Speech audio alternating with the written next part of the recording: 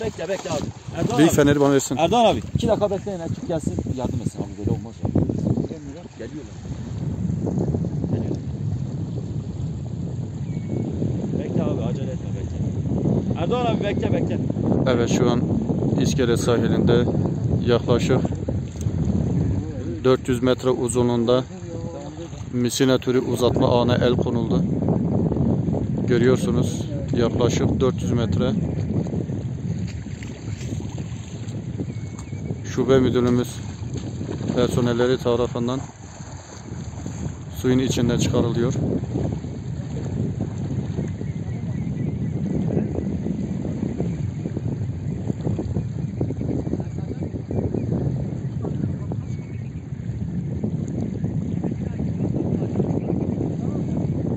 Abi yine güzel gelir ha.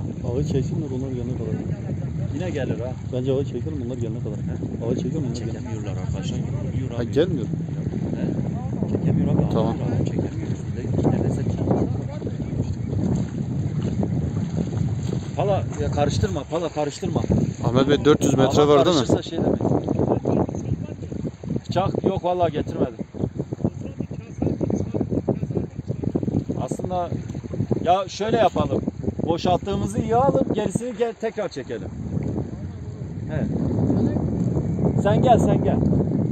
Onu bırak gel. Başı nerede? Bayağı uzun herhalde. Ben bunu 3-4 parça diye gördüm. Meğer tammış ya, tekmiş. Aynen. 3 gün önce yakaladığımız ağın aynısı 400 metre uzunluğunda.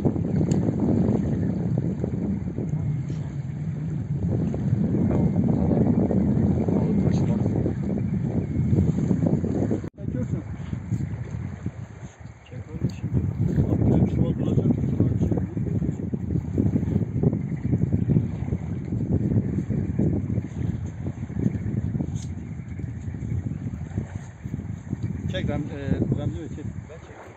Heh.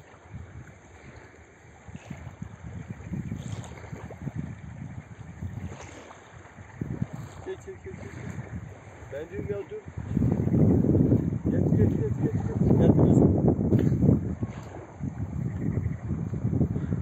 Tamam yığın. Yığın bir yerde yığın. Buradan bir yerden keselim. Şuradan keselim. Ben diyorum çay getir buradan keselim. Erman buradan dur. Aradı da git. Hemen tutmuş. Böyle kes.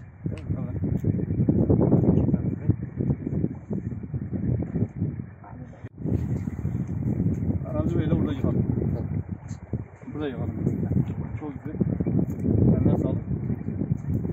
Hadi geçelim. Biraz daha çekelim.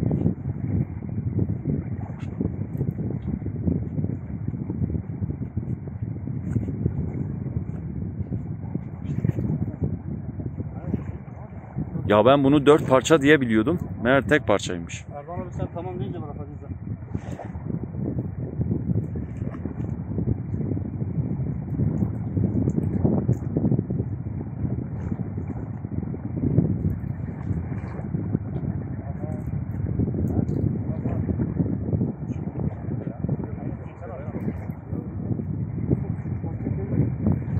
Yaşa bu tamam değil mi?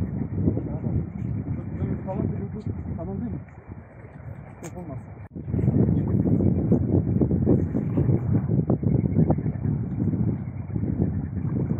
Bizim araçlar kurbalar olması lazım ya. Kurbalar var.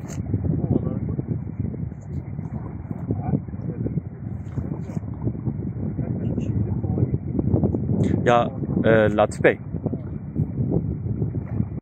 Kendi yaşamam galiba.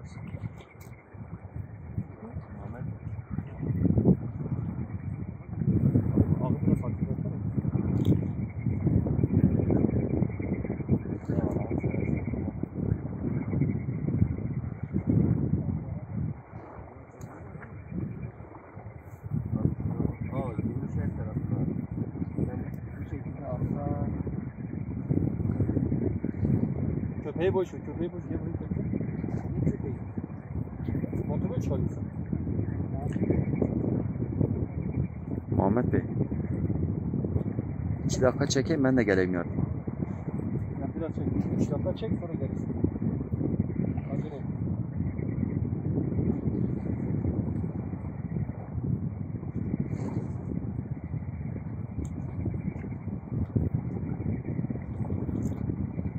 Hadi be, hadi bırak. Sen kendini al da.